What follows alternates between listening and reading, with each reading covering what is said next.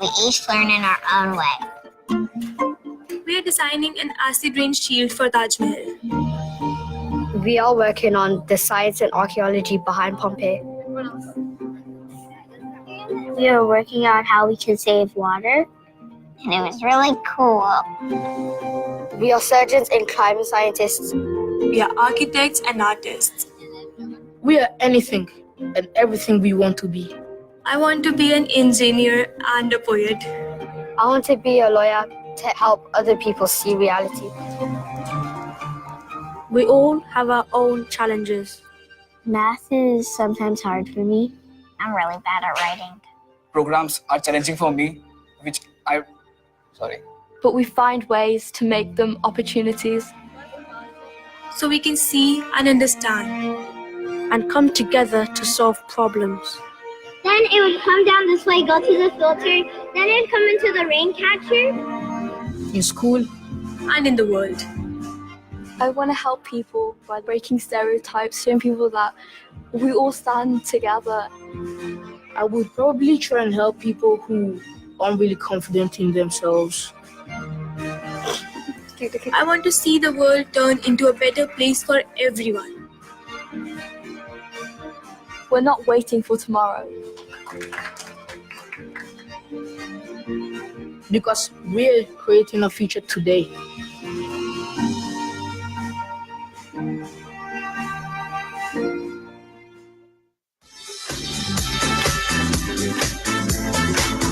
Please welcome back to the stage Vice President of Education at Microsoft, Anthony Salcito. How's everyone doing? Wow, it is so great to see all of you. It was an amazing day yesterday. How's everyone enjoying E2? I'm looking forward to today so much, and I'm excited for the gala tonight. One of the best opportunities we have is to thank and celebrate and recognize the awesome work that all of you do every single day. That's what this is all about, and it's going to be a great opportunity to celebrate.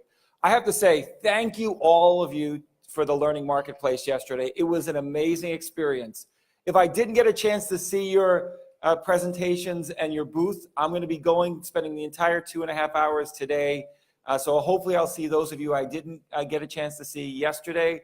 But I was tremendously impressed by the energy, the passion, the innovation that you were displaying there. So thank you for the continued work. Is everyone ready for the great day today? Okay, there's a lot of folks that are involved in putting this event together, but one of the people who lead this work and lead the community efforts that we do across our schools and our educators is this next person. So please join me in welcoming our great leader in our education team, Christina Thorensen. Give her a good hand.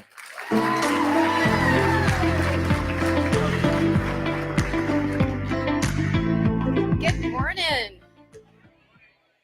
Wow, the energy in this room is contagious. Like, I just saw you guys all coming in here doing photos on the stage, and I was just like, yeah, I want to get up there and dance with them. Like, it's awesome. I love it. And you guys are so inspiring. As Anthony mentioned, the Learning Marketplace blew my mind. You guys are doing incredible, incredible things. I hope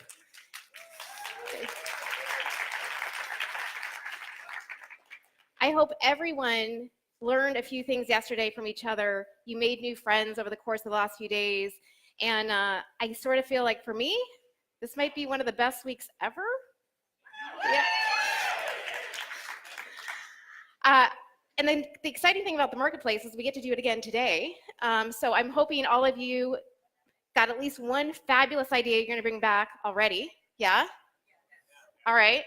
And then today I challenge you to find a few more, because there is just awesome creativity and ideas and things that I just thought to myself, when I was a kid, I wish I had these opportunities. And the things that you guys are doing, I think, are just incredible and just so impactful for your students. So just keep it up. It's awesome. And for the marketplace, I will just want to just share with the folks who are joining us on Facebook Live right now.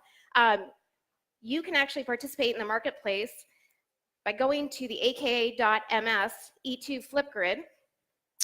And there you can find a lot of the ideas that everyone's sharing. So if you're curious about the marketplace, please go check that out. And actually for everyone in the room, so many good ideas. You might want to go back there in a few days and take a peek and just see what else you may have missed or wanted to get more information on as well. So please do that. Additionally, I also wanted to remind everyone, if you haven't tried the Translator app yet, it's pretty awesome. So the QR code's there, the URL.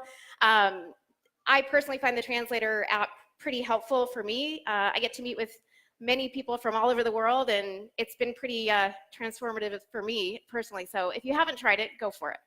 And then we're going to get started with today's awesome agenda. So we have some incredible change makers that I am delighted to be able to bring to you.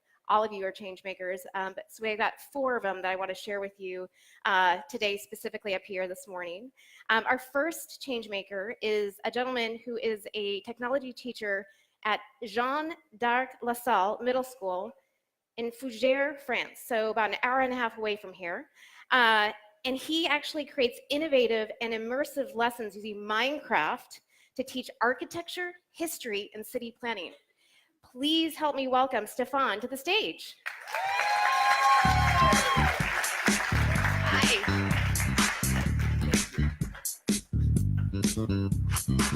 Bonjour à tous. Good morning. Comment ça va? Awesome. So my name is Stephane Cloatre, and I teach technology in middle school in a small town in the west of France, Fougères. It's a city founded 1,000 years ago, and the first time I arrived, I was puzzled by this construction, a door 10 meters high. And the first time I arrived, I was so puzzled. Then when I came to my neighbors or pupils, I asked them the question, and their answer was a very French reaction. So 2 years ago, with my students, we decided to conduct an investigation. With technology, I introduced my 7th grades to architecture and sustainable development. But as a teacher, I must also help them to develop these 21st century skills that will be in high demand when they graduate from school. So we decided to recreate our city in the Middle Ages, in 1450 to be precise, and it went much further than we expected. We started by signing a 2-year partnership with the Heritage Department of our city, and we were able to access historical documents and get guided tours. In return, all our results will be shared with the locals. Creating a whole city in the Middle Ages with 7th grades, that may seem an impossible task, a huge task, but with Minecraft Education Edition, it is perfectly possible.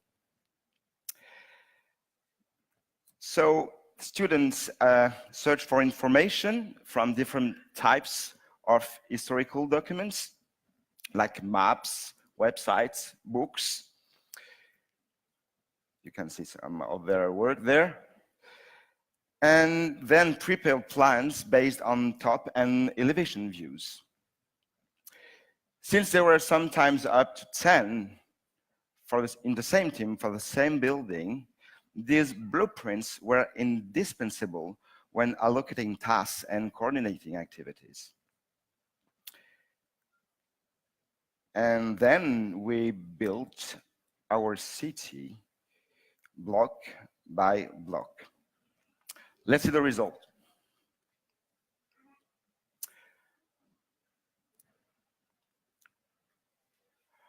Okay, so here is our famous door, 10 meters high, reproduced in Minecraft in the current version of the city. Let's switch to Middle Ages. And well, we found that a whole part of the city's defense system had disappeared because this hill here in the background has been destroyed to build a road. So our door was therefore one of the exits of the castle, a critical part of the city's defense system. Later, our students added some non-player characters to provide informations, historical informations. So let's meet our first character here. His name is Robert. He's a guard. And Robert will calm us in the town and propose us to click on a map. And it's the map of the city in the Middle Ages. Then we can move on and get into the city through one of these gates. And we'll meet another character and a strange statue here. And the character explains us that this statue is the Virgin Mary, obviously. And we can click on the picture there, and we can compare this Minecraft statue to the real one in the city today.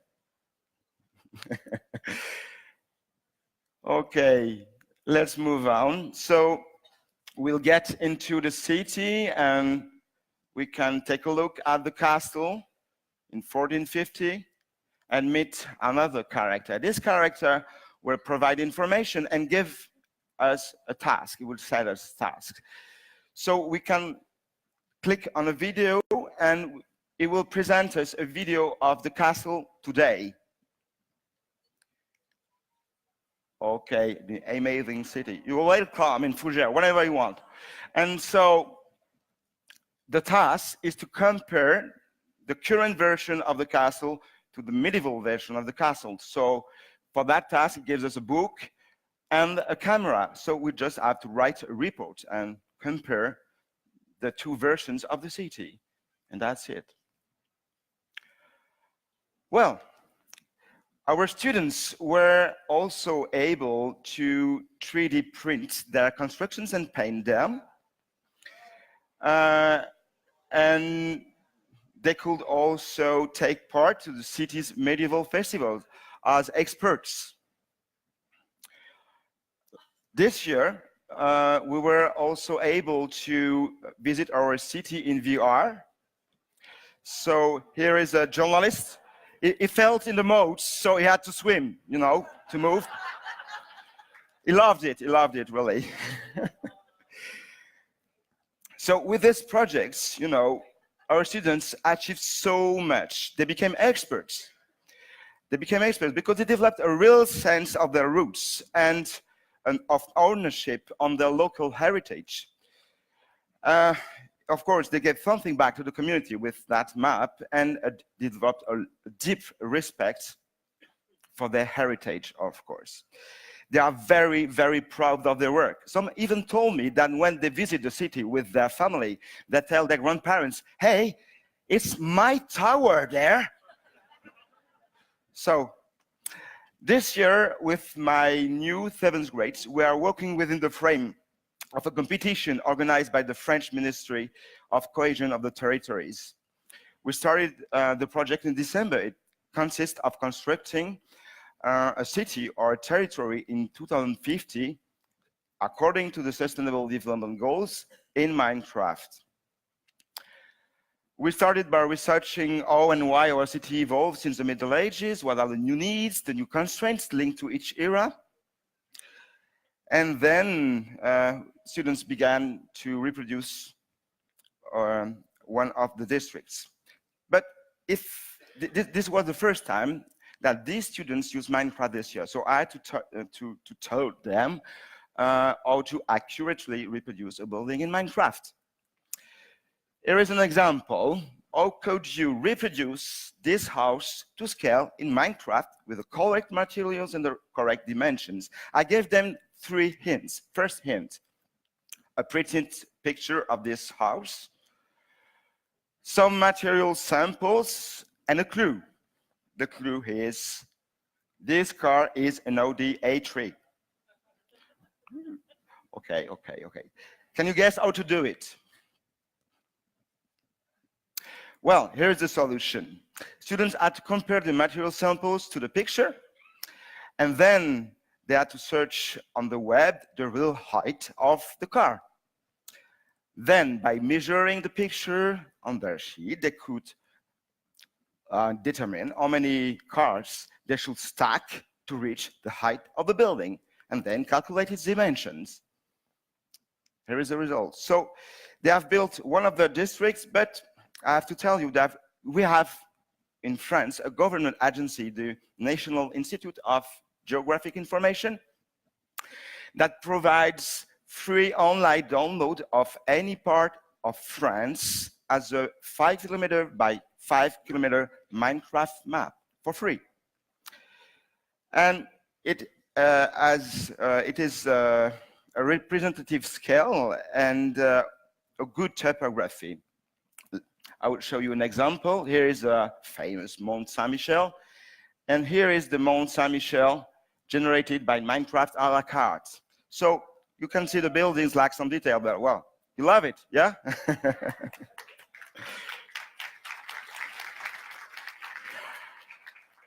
I didn't build it, you understood, yeah? Okay, thank you.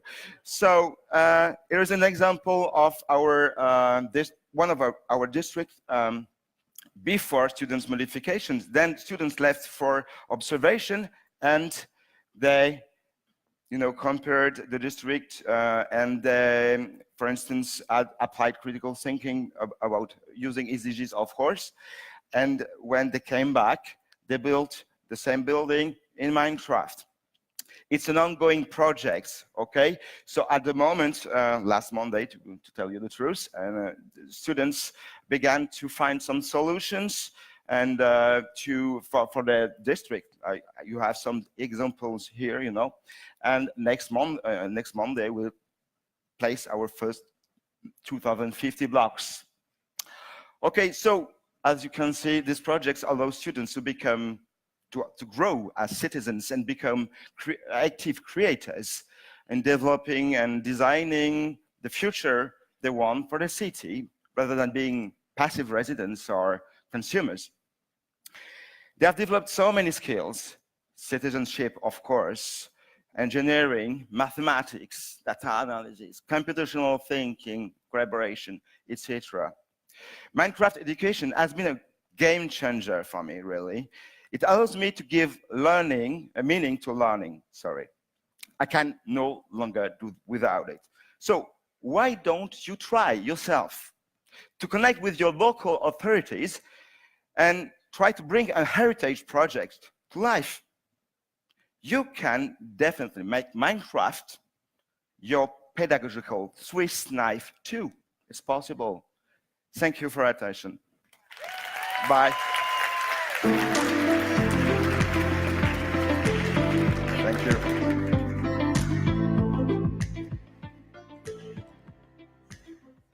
Wow, was that not awesome? First of all, I love how it just started with the question, like, why is this door 10 meters off the ground? Like, what's that all about? And it led onto this journey. And then as I watched I couldn't help but think, like, I want to do this too. This looks like fun.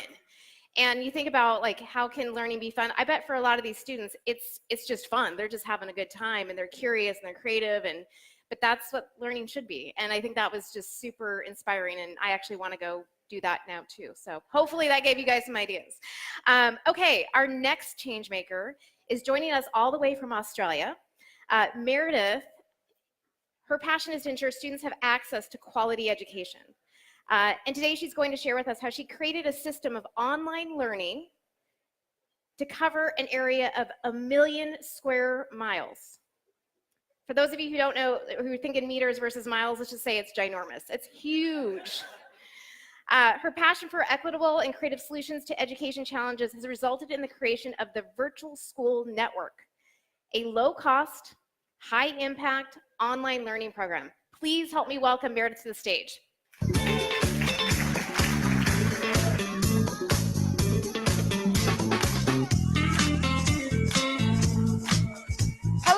E2, how are we going? Now, I've just spotted my fellow Aussies over there, so big shout out to my fellow Aussies. Thank you, everyone. Okay, I'm very excited to be here today to tell you a little bit about the great work that Catholic Education Western Australia, or CEWA, is doing in the virtual space, but particularly for the program called Vision.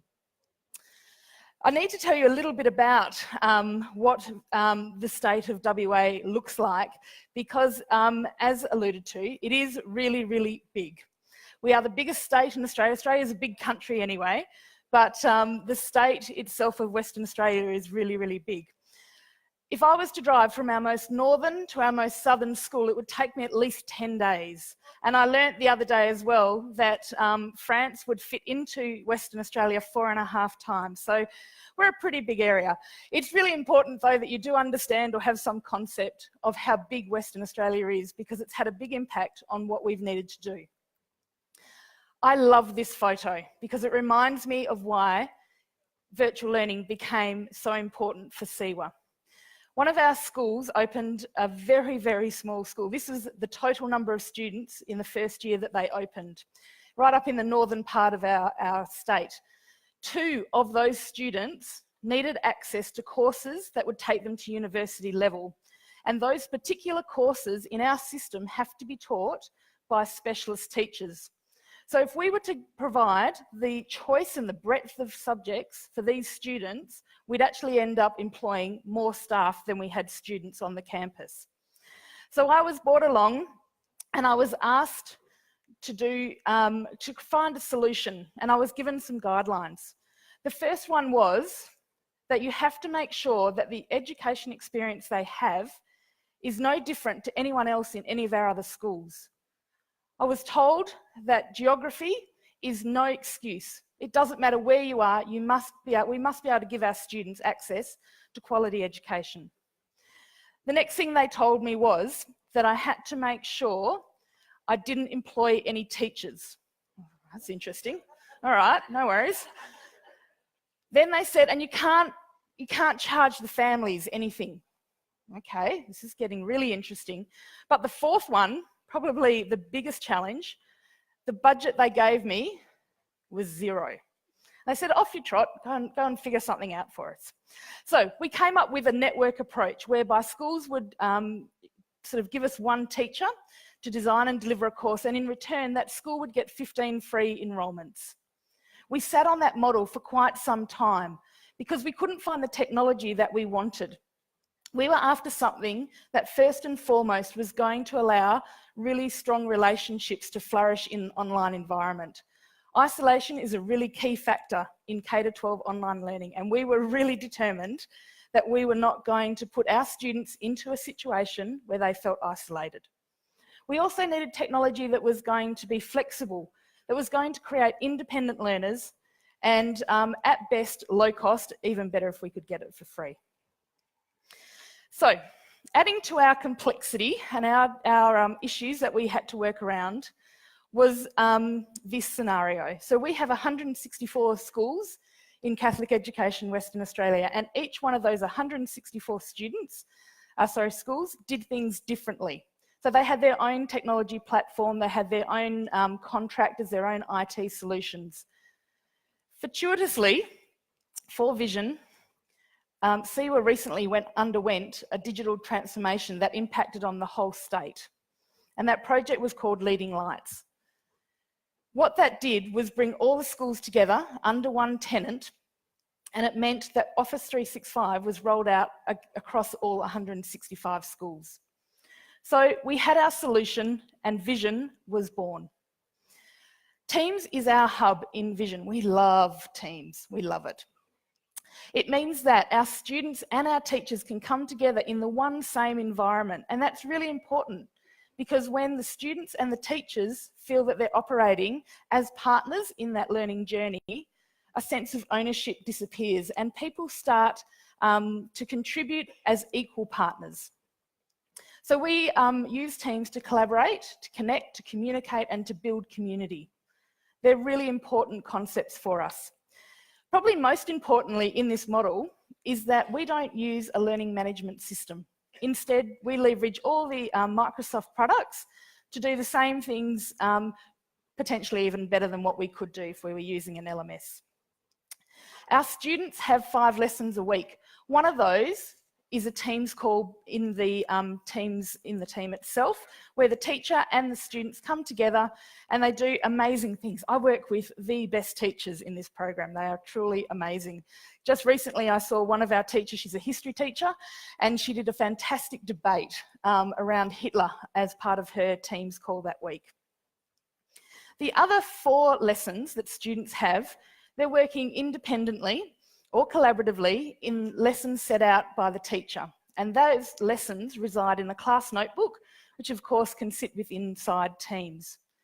That one-stop place to go to is really important. If you've ever worked with teenagers, you know that they can be easily distracted.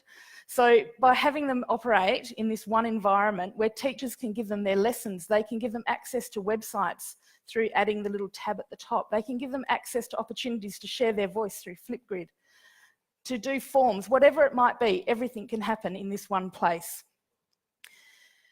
It takes some skill to be able to do this, and one of our teachers, he was really struggling with getting the students to communicate independently of him. And then just recently, he sent me a message and he said, check out what happened on my Teams last night. I felt really bad because I instantly went to a bad place and thought, oh my God, what's happened? However, it was all good. It was all good. So what had happened, one of our students was struggling with homework that night, and she put a call out, put a message in Teams and said, can anyone help me? And we were blown away. There was an hour-and-a-half long conversation that went on between this group of students. She got help from students 4 hours to the north through to 2 hours to the south of her. Those responses were reflective. The students challenged each other and their answers, and they didn't just really put in sort of basic answers, they went into a lot of detail. That's now the norm in this class, and it's really typical of what we see in all our vision classes. That sense of community is so important. So when we start working with our teachers, we actually have designed a bespoke training program, because building a sense of community online is not a skill that comes naturally to teachers who've spent a great deal of time in a traditional bricks and mortar type of classroom. We're really big believers in gradual release, and so as our teachers move through the program, I take a step back from delivering the PL, and instead they take over and they're the ones that are sharing. I've done my job really well if they know how to use Teams far better than I do. So, and we're getting there, it's great. One of the other things that we did to build relationships was to run a camp this year, and I want to share a little bit about you. So let's have a look at this clip. The Virtual School Network, or VISION, is a network of schools that work together to deliver online courses to secondary students. We've brought the students together at a camp over a couple of days so that they can meet their teachers and can build relationships with other students in their classes and with their teacher, in the hope that when they're online, they're going to find collaboration and connection much easier. Vision has been fantastic for our students who live in an isolated area, in order for them to feel like they are part of the CY community. One of the things that's most appealing about using Vision within schools is that our students get that contact with teachers very, very quickly. So through programs like Teams, they put their message in and the teachers are able to answer, well within 24 hours, sometimes within 24 minutes. It allows all kids to have equal access to education, and I think it allows kids to reach their potential more so than perhaps they would get if they didn't have access to it. The best thing about studying online would definitely be that when going away, it makes it a lot easier to just come back onto the Teams and just easily find where you've been. And it also provides a lot of easy feedback from the teachers because they're always there to help you. Vision appeals to me because it allows them to also get to know kids that are outside of their school and get themselves out of their comfort zone, which is really pushing kids beyond what they're capable of. So this camp is designed to allow teachers and students to meet each other face to face and to develop some relationships with those kids. It's always better to be able to put a name to a face as a person rather than just a face on a screen. And it's also here for the students to learn some important study skills, to be able to ask questions, to get to know the kids in their class. As a teacher, I'm finding this camp really good to be able to meet with other Vision teachers, both the ones that I have been training with for the last year and the people who have gone before me, and talk to them and share where we're at in our journey, which is really important as professionals. What's really appealing about the Vision program is the effect that I can see with my students on a day-to-day basis. I guess we all teach for that learning moment when that light bulb moment comes off, and we see it almost on a day-to-day basis with our students, and Vision's a great part of that. Vision helps a lot with self-motivation, and self-discipline is a big thing through Vision. There's no teacher that you can physically talk to and who's asking where you're up to all the time, helping you with time management. So it's very important in Vision to have your own motivation, to have your own discipline, to manage your time and to get all your work done. So at the camp, one of our teachers was really, really impressed with the way that her students were challenging themselves, and she thought really she had to step up and challenge herself. She'd never done Flipgrid before, so she thought, why not? Let's do it on camp. I'll get the students to reflect on their own experiences. And so what happened, she got the students to do a Flipgrid, and I wanted to share with you one of my favourite clips from her class. So let's play that one. Don't mind if you can hear Big Mouth Bridget in the back. Had to move like 3 times because of Michaela and Anya, but anyway, here I am. So let's start. No, the Vision Camp is like showing me like the software with Microsoft, because I'm not like much of a techie and I don't understand like technology that much, but it's actually really helped me, and I feel confident with like problem solving and like doing my work on my own using all the Microsoft like things. I love my class so much. Like I really like them more than the people I grew up with at my school. A lot. Like I feel so tight with them. I feel we're going to be friends forever, and they're like a really good support network to be around for like studying and stuff like that. And I feel like I've known them forever, and it's really good now because when we're on Teams and doing work, I know who's like talking to me. It's not just like a little username. I knew Miss Katie prior to camp. She taught me last year for my biology course, and like I thought I knew her. I came here and my mind was like blown. I learned so much about her and like so many funny and random things. So I definitely feel like tight with Miss Katie now, and I'll just like talk to her if I ever need help and stuff like that, which is awesome. And the highlight, besides meeting my class, has definitely been like the seminars. Like I thought I was like woke, like socially aware before I came here. And then I got like talks about like social media, computer safety, study habits. I was like mind blown. But like, yeah, Vision Camp's awesome.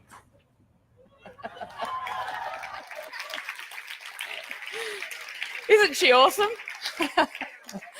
All right, so student voice is a really important part of what we do, because just as students may feel isolated, teachers can also feel isolated from their students. They don't have that opportunity to get those visual body cues that you do when you're in a face-to-face classroom. And interestingly, we're seeing now more and more comments from our students, like the one at the bottom, that is linking what they're doing and the technology they're using in school today and what they're perhaps going to be experiencing in the workplace in the future. And I love that one at the bottom there, hoping that they'll have Teams and OneNote in their future workplace. So just to sum up, if you're thinking about doing some virtual learning, either with a particular student in your school or as a system, do it, absolutely go for it. But do it without an LMS, use Teams. You're going to get a far better result, I can promise you. At the heart of everything that you do, relationships has to be first and foremost, and Teams makes that so easy. Finally, commit to a really strong teacher training program. Like I said, our teachers are amazing. They're so passionate about what they do, and they've got the best can-do attitude I've ever come across in a group of teachers. So all you need to do is create a program to help them unleash the power of Teams. Thank you very much, everyone. Thank you. I can't get over the sassy student there. That was so fun. I was like, and how, like, obviously the whole learning, making it accessible to students everywhere, like that's incredible and awesome. But when you see a student story like that, you're just like, and she's getting connected and she's having fun and she has friends, and so beyond just the ability to learn, she's having a good time with it. Like that's Awesome. So anyhow, I'm still laughing, like that was hilarious. Anyhow, our next change maker is Francois Taddei. He is the founder of the Center for Interdisciplinary Research here in Paris. He's one of the leading thinkers and researchers in education in France and advises, advises education leaders here and around the world how to evolve learning. He will share how he's looking to transform education and go beyond local learning to create learning planet, a learning planet. Pretty cool. Please join me in welcoming Francois to the stage here.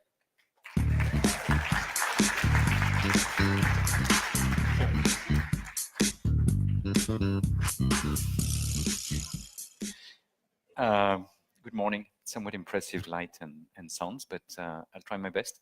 So the Learning Planet is an idea that might look a little strange to many of you, but you probably know about learning organizations. You certainly do know about learning. And so the idea of a Learning Planet, like any learning organization, is an organization where you want to have every individual to learn as much as they can, but also to learn from one another. And the basic idea is that every time someone learns, someone else can learn more easily because the first one have documented their learning and shared it. Okay, so that's pretty easy to do within a classroom. If you allow peer-to-peer learning and all sorts of things, and I'm sure many of you are very familiar with these sorts of ideas and probably practicing it very well. The question is, how do we extend this? Okay, so you can do this within a school and you have the teachers exchange, you have the classes exchange, their learning and so on. Okay, you can start building this as a learning community, maybe at a local scale, connecting schools and maybe inviting other organizations that can learn also from one another, and you can organize learning at all ages as well. Okay, so what about pre-K? What about universities? What about lifelong learning? What about learning post-retirement? Because there is a life also after, and you can keep learning at all ages. The question is, how do you scale this to the planetary level? Without digital tools, this would look very hard to do. Even though, since we've invented writing, we could learn, from one another at a distance because you don't have to be physically present when someone else is learning to be able to learn from them. But today with digital tools, we can share our learning and document them, very easily. So we could we already have some tools, and you're going to be presented many of them, and already many others. Wikipedia being one of the things that is one way where we can all learn from one another and from those that have documented their learning experience. But if we were systematic in organizing a learning planet, we could build new tools, new generations, and we could share this and build this at a scale without precedent. And so I think we can start doing this collectively. And one of the things that makes me confident this is possible is that we wrote a couple of years ago, a couple of reports for the French governments about this idea. And at that time, it was the Learning Society, so just a national level. But that report attracted the attentions of UNESCO. As you know, UNESCO is based in Paris. Their mission is one of the most noble one. Education, science, and culture for peace and sustainable development. So I don't know if anyone here is against that, but I'm in favor. So the new director general called Audrey Azoulay happens to be French, and we interacted quite a lot. She liked the report. She wanted it to be available in other languages, and so we started to discuss this idea of building a learning planet. And so we last month signed an agreement between our organization, which is rather tiny and nimble, and our mission is to reinvent the way we learn, teach, do research, mobilize collective intelligence, so that everyone can learn to care about themselves, about others, and about the planet. So again, we are pretty well aligned with UNESCO and our small organization, and we are sort of an open R&D lab to help that nice international organization, which has all sorts of constraints you can imagine, to do things together. And so what we are building together is an open alliance for the future of learning. Okay, so by definition of an open alliance, it's open for anyone that wants to join. So that might be the case of some of you in the room. And the idea is to organize different things. One of them is we heard, for instance, from Stephan, a very interesting presentation of how can you learn about the Sustainable Developmental Goals while using Minecraft. But there is thousands of other ways of learning about the SDGs. Where are they available? So far, we don't have a nice place to share the resources of the creative teachers and innovators that are in the room. So can we build this? Can we build a place where the students can share their experience and share it? And clearly there is a will of this generation. I mean, you just have to go on a Friday and see their strike. They rather not go to school to save the planet, which makes sense. Some British students have been one step further. They organize alternative classes so that they can learn about how to save the planet while not going to classes where they will learn how to destroy the planet. So,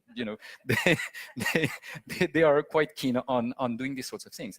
And actually some university had to, replace the old class by the students-driven class, which I think is somewhat interesting as a paradigm shift. So I think, we can help learners and teachers document alternative ways of learning centered on the Sustainable Development Goals and have everyone learn. So among the SDGs, the Sustainable Development Goals, the number 4 is education, the 4.7 is education about the SDGs. So how do we promote this? And so one of the ways to do it is to organize international events. So this is one of them, but we are organizing one at the end of July, 26 and 27, where we want everyone that is truly engaged in this to come and share their best practices and start building a network and a platform where all this can be shared and available for anyone, in the open source spirit, open data, open education resources, and so on. So that's one step. And then UNESCO, we are discussing with them, maybe they can create a label for a school or a university or a country that is truly engaged for the SDG and has put, curricula and all sorts of things that are available so that learners of any age can start, to learn about this in primary school or, have a bachelor program in Sustainable Development Goals and so on and so forth. And you could learn, about, say, the law and Sustainable Development Goals. You can learn about finance and Sustainable Development Goals, medicine, engineering, etc. So that's one thing we are pushing for. We are prototyping these sorts of things on the local scale, and we have many friends that are doing this.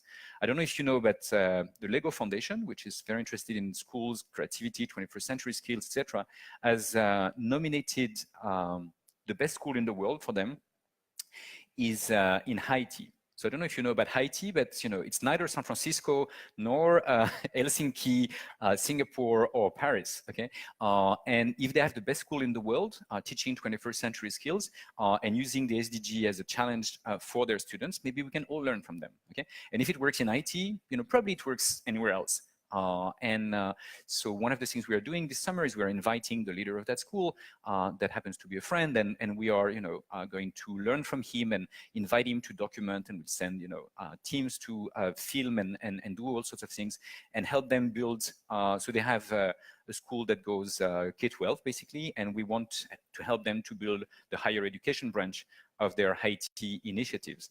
And then, by sharing these sorts of things and helping each other to learn from one another, we can progressively build that learning planet community. Nevertheless, there is, how do we go from, having the most motivated people around know about this to everyone know about this? Okay, that's a big challenge, and that's what we need ultimately. And so, I don't know in the room how many people know there is an International Education Day. Okay, have you celebrated it? If yes, raise your hand. Okay, okay, well done. That's a real pioneer. Okay, so it is on January 24. Okay, and it was decided last December, on December 3rd, the United Nations General Assembly has voted that there should be an International Education Day. I don't know why it took them so long to realize that this would be a good idea, but this is what happened. Very few people have celebrated it. Probably many of you were not aware of it, even though you are as invested as possible, and you are typically the teams that could be celebrating this. So the question is, what we'll be doing next January 24? And the one after, and the one after, and the one after. Okay, can we grow a movement to celebrate the new ways of learning and educating? And so the idea is to organize a sort of learning planet festival, where everyone is invited to celebrate how they are learning, the various ways of learning. You can learn in a formal setting like schools. You can learn in an informal settings while playing. You can learn at every age. You can learn within your community, within your family, within your job, and so on. And so the question is, how do we celebrate this? And again, in the Learning Planet concept, we want the people celebrating it to celebrate not only their learning, but the people that help them to learn, the means that help them to learn, the places that help them to learn. And you want to document all this and put it into a nice digital format so that we can start sharing this, okay? And if we had this, we'll have the best possible database of what 21st century learning is. Because if we were to define, anyone alone in his ivory tower trying to define what 21st century learning is, cannot do it as well as millions of people describing what it is for them. Okay, and so if we build this, we can move towards something that is dear to my heart, which would be sort of the citizen science of learning. Okay, and so we could have a big database and we can involve everyone. And there's something that is even better than this, which is that if you've celebrated what you've been learning last year, in terms of how did you learn to care about yourself, about others, about the planet, and be a global citizen, if you start to celebrate this, you can ask yourself what it is that I want to learn next year. So reflexivity, as you know, is one of the best things that can happen to any learner or any teachers or any human beings for that matter. And but if you start thinking about what you've been learning, maybe you want to think about what you would want to learn next year. Okay, and if you want to learn something that one of your neighbor has been learning, then you can connect. Okay, and if we geolocalize the answers and we have a nice database that is easily searchable, while respecting privacy, all those that wanted to share what they've been learning and where they've been learning it, maybe they could start connecting. And so you could reinforce local communities to become better learning communities, and you can build learning communities at the planet scale. So that's the sort of things that we would like to invite everyone to contribute, and I'm sure many people here may want to join such a movement. And again, if you don't do it on next January 24, please do it the next one or the one after and so on. But as pioneers, you're likely to be doing it. And we can probably all learn from our colleague over there that did it on last January 24. And there's actually quite a lot of learning festivals across the planet that exist already. Singapore, do it at the national level. Many places do it at least at the local level. And we can probably learn from them, and we can prototype things during those local learning festivals in order to build the best possible global learning festival. And so that's the sort of things that I think we can do collectively. And if we start doing this, we'll have ever better every January 24. Collectively, we'll probably have celebrated our personal learning, but also our collective abilities to learn, share, and document, and build a place where everyone could learn.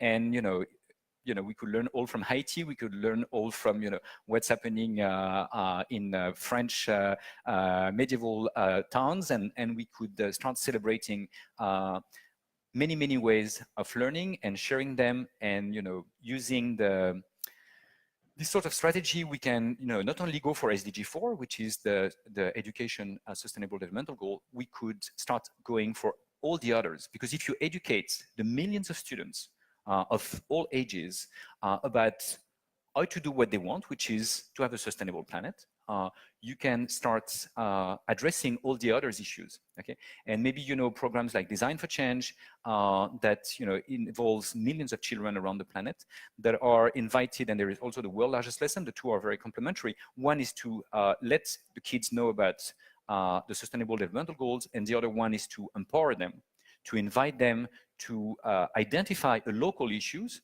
that resonate with the global problems. And from these local issues, they can start building a project and be very engaged in order to do something that is meaningful to them.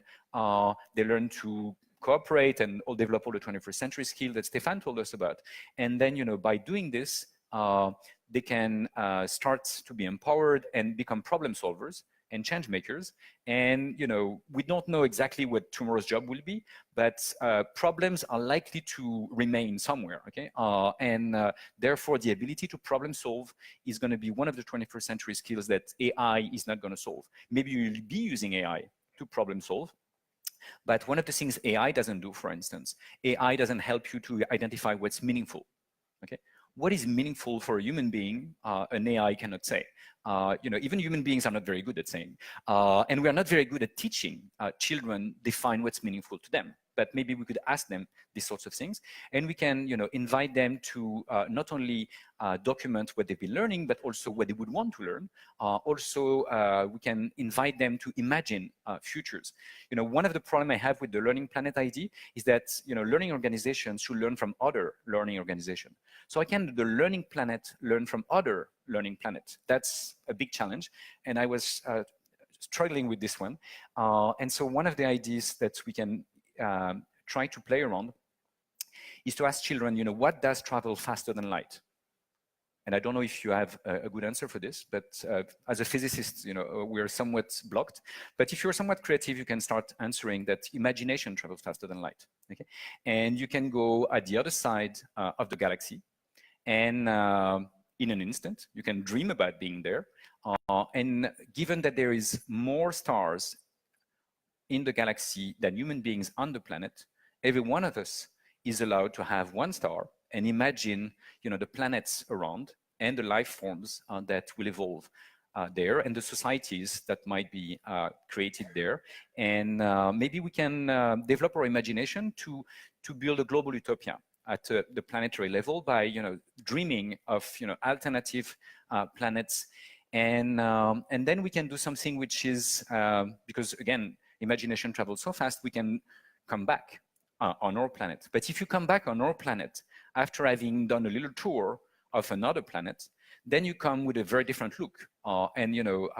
Instead of being desperate, the fact that we are going in the wrong direction, you can say, well, on that other planet, they've avoided some of the stupid things that we're doing here, and maybe we can learn from them. And so this Learning Planet can start learning from other, at least imaginary planets, before we identify ones we can directly communicate with. But you can certainly develop simultaneously the ability for children to think out of the box by this sort of little exercise. And you can ask them to start implementing and challenging the current situation. And I think I'll probably stop there, but I'll finish with one thing to explain why I'm here today. A few years ago, my son, that was 6 then, arrived in primary school, and his teacher told me, he's such a nice kid, but you know what? He's asking questions. And I think we do have to question not only the current education system, but the current society, and we have to develop the curiosity. And a school system that prevents children from asking questions and force them to answer questions of the past and know the facts of the past, and they have to compete with one another on the things of the past, I think cannot work. So what we have to do is invite children to develop other forms of intelligence than knowing the solutions of the past. We have to compete for this. We have to teach them to cooperate to build the solutions of tomorrow, starting from the problems of today. So for me, a Learning Planet would be a place where these children would be cooperating at scale and will be contributing to build a sustainable planet. Thank you.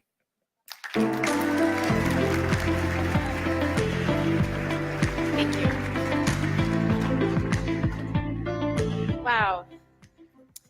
Imagination traveling faster than the speed of light. That's pretty cool. Definitely I'm like, wow, yeah, okay, cool.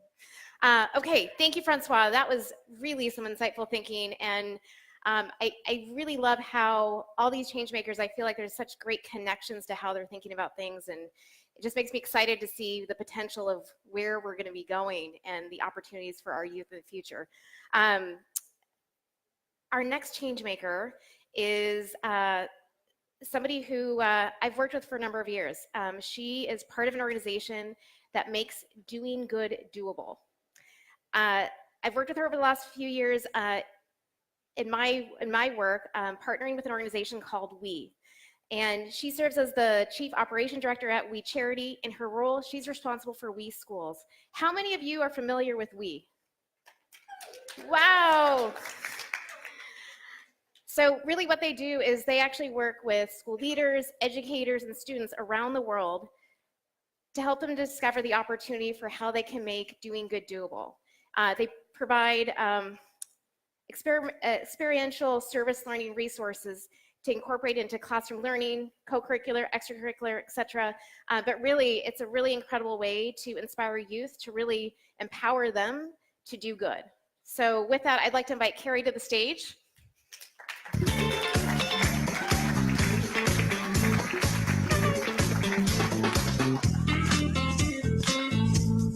Thank you, Christina, and thank you for being such a champion of the WE organization.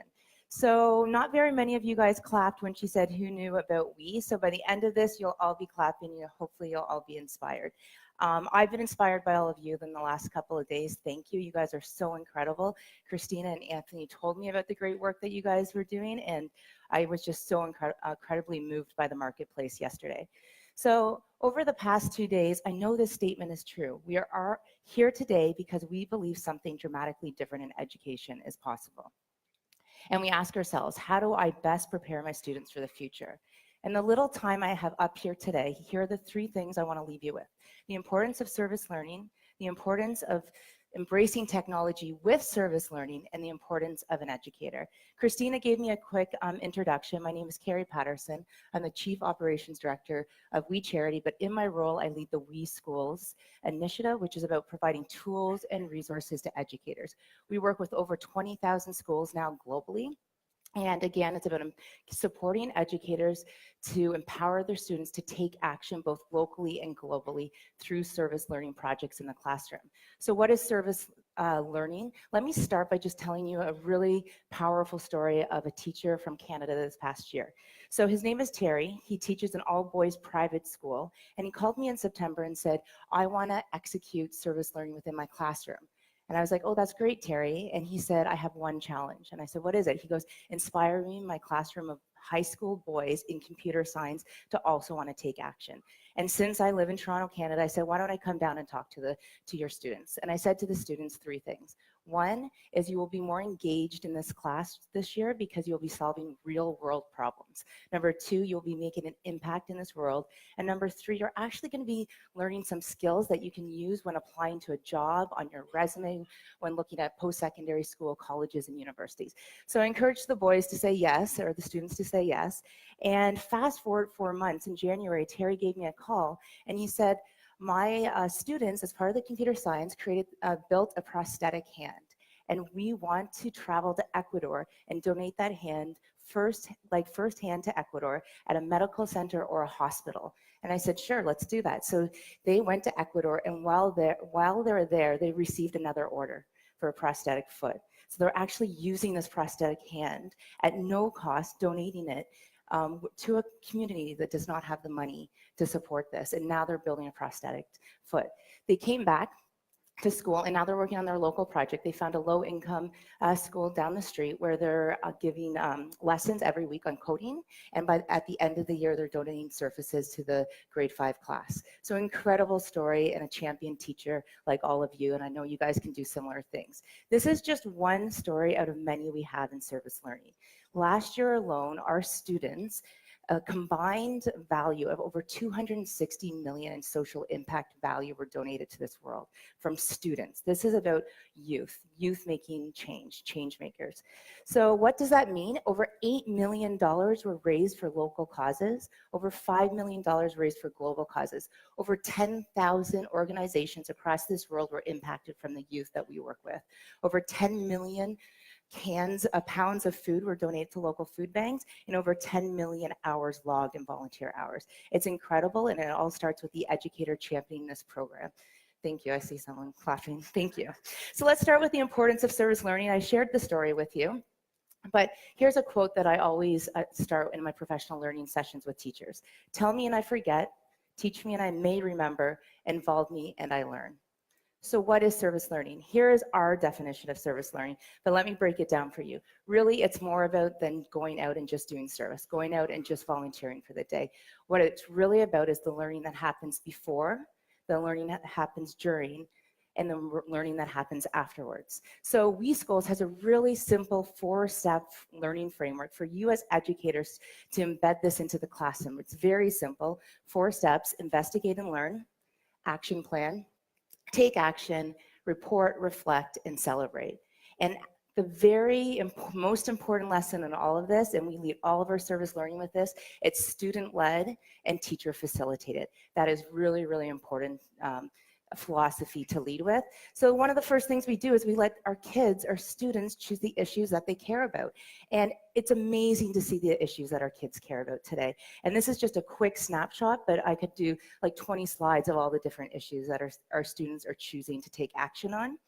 But last year alone, we had computer science students code an app to reduce bullying in their school, or code an app to reduce anxiety or how to deal with anxiety in the classroom. We had math class develop budget for the local soup kitchen, and we had studio art students create art projects to donate to families in partnership with Habitat for Humanity.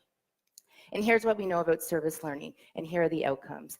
Academic achievement, increased academic achievement for our students, increased workplace college readiness, and increased civic engagement, all things that we can get behind. So the importance of embracing technology, I know you guys are all big supporters of technology, you wouldn't be here, so this is actually with the lens of service learning. So pairing the embracing technology and thinking about service learning at the same time. So we often think of technology as reducing our humanity, but it should be enhancing our ability to connect. Now, this was a quote and advice of Anthony Salcido. This is something that's been guiding We Schools as we've been looking to our vision and thinking of the future, and it's allowed us to scale. It's allowed students to connect globally, and it's allowed more learning opportunities for our students. And it's really, really guiding our future thinking with students. So how can we embrace and celebrate technology? Knowing that 65% of children now entering primary school will hold jobs that currently don't exist. So we need to change the narrative. So many people, I talk to educators all the time or parents saying that technology is a bad thing, screens are a bad thing, but let's change that. Let's make technology for good. So this last year, we created in partnership with Microsoft a digital skills program for students where they can earn a badge called the Tech for Good badge. And they would take technology and add it to their service learning project to enhance the outcome, to enhance the impact. And now we're seeing technology used as purpose, right? Technology for purpose, technology for good. And that's the framework we should start going to, because technology is not going anywhere. So let's embrace it and let's use it for good. And here is some examples of how we've seen technology used for good. We had a school create a local blog for new immigrants and refugees to their school to create an inclusive class environment. We had students create a community map and located all the food banks on that map so you knew where to drop off food or you knew where to pick up food. And lastly, we've connected students from Canada or from the Caribbean or from UK to schools in Kenya or Ecuador where they're donating funds to build schools. So we're connecting students around the world, and it's pretty incredible. And how are we scaling? Because I look around and I know there's so many countries represented in this room today. Well, with Microsoft and Microsoft tools, we've really digitized our programming. So in the past, we used to give every single teacher this We Schools kit and all the resources, and we'd mail it and it'd show up in your class, which meant only the teacher got to see the resources. Now we have it on the OneNote, and now the kids are taking their service learning projects home. And teachers are interacting on the OneNote with their kids, and then their kids get to take it home and share the good work that they're doing with their families.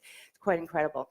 We've also brought over 100,000 students together to celebrate their causes called We Day Connect. So we have celebrities and youth speakers, and we have people from Caribbean and UK and all the different countries talking to each other in this conversation and all celebrating the good work that we do. Over 100,000, and we just launched last year, and over 100 countries represented, and all about celebrating the good work of our students. So it's quite incredible.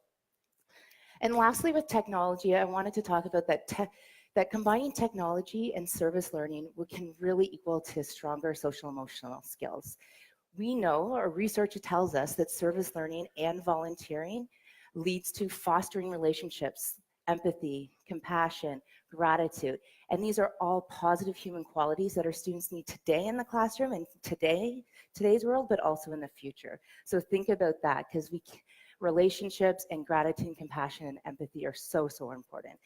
And lastly, the importance of the educator. Anthony said it yesterday. He said the role of the educator has never been more critical than in today's world, and that's true. So it's all up to us as educators. So technology is just a tool. In terms of getting the kids working together and motivating them, the teachers is the most important. Engaged educators equals engaged students, and we all know that. And here are some outcomes of our educators that are doing service learning. They have increased or more meaningful relationships with their students. They're more personally and professionally fulfilled.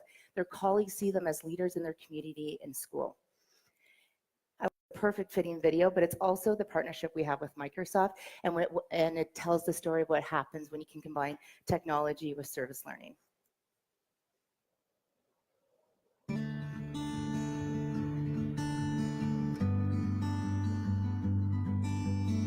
$32.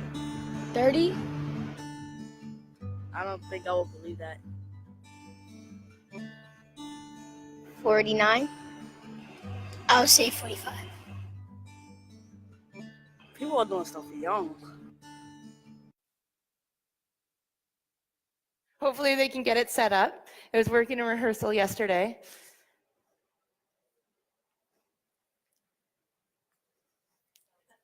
Thank you. Thank you. It's just very fitting with our theme of change makers and youth.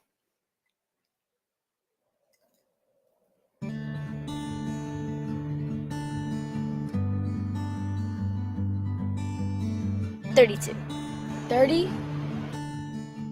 I don't think I will believe that. 49. I'll say 45. People are doing stuff young. 42. Mid to late 30s. I have no idea. Wow. That's actually really young. Like, I'm almost 12 and I haven't even invented anything.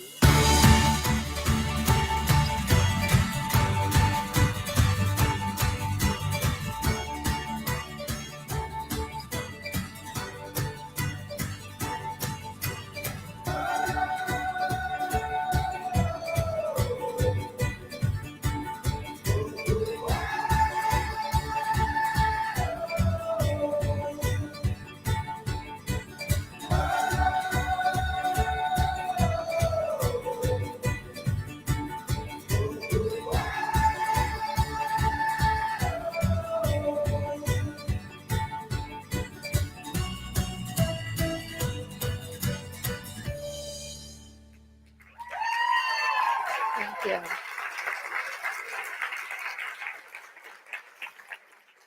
Education is the most powerful tool we have to save the world. And I really do hope I've inspired you to do service learning. I see some of our WE Schools educators in the room today. So I really do hope that has inspired you guys to think about it and to embrace technology while you think about it. That video said invention for good. Technology for good, tech for good, and truly it's all about us, the educators. So if you want to know more about us, here's the 3 next steps. We have breakout sessions today. The next 2 sessions will be leading sessions on service learning. You can join us at the Learning Marketplace later. We have a booth and we're happy to sign you up today. And we have a service learning course where over 4,000 people have already taken the course on the MEC community. So if that's you, thank you. If it's not you, we hope that everyone will leave here thinking about that and taking our course. And lastly, thank you. Thank you guys for being here. Thank you for inspiring your students, because it's truly about the educators. I truly believe that. And all of that good work I shared today is really because an educator believed in their students and believed in service learning. So when Christina asked how many people heard of WE Schools and like Canada started screaming, how about everybody? How many people now know about WE Schools? Woo! Thank you. Thank you.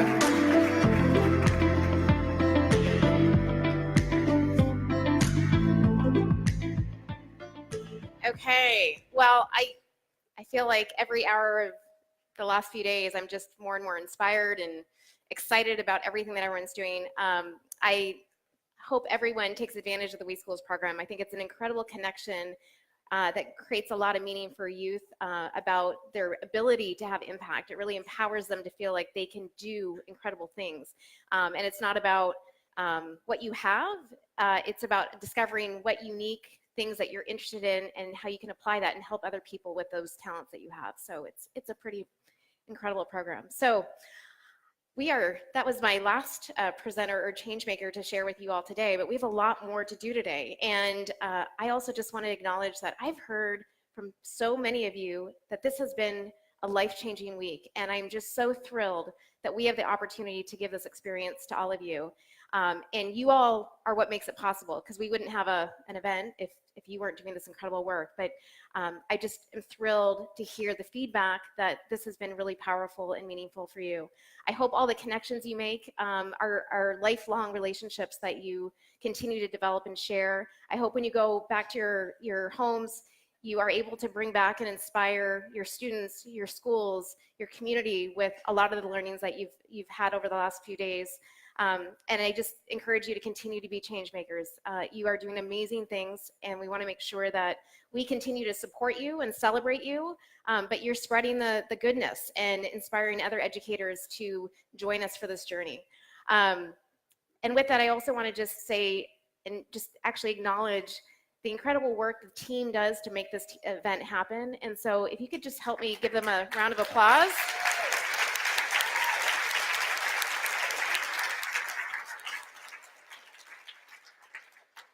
I will say you guys are so motivating that they spend the whole year planning this, but it takes a village to make this happen. Everywhere around the world, there's a lot of work that happens to bring you all together. And so I know for them it's incredibly rewarding, but it is a ton of work, so they are amazing. I also want to just take a moment to say thank you all for being here, investing your time. I know for many of you, it's not the easiest thing to leave your schools, your classrooms, your families to join us for a week. And so just thank you for investing this time with us here this week, but also the time that you invest with your passion around technology and really applying it to how you can improve learning. So just thank you all for all of that.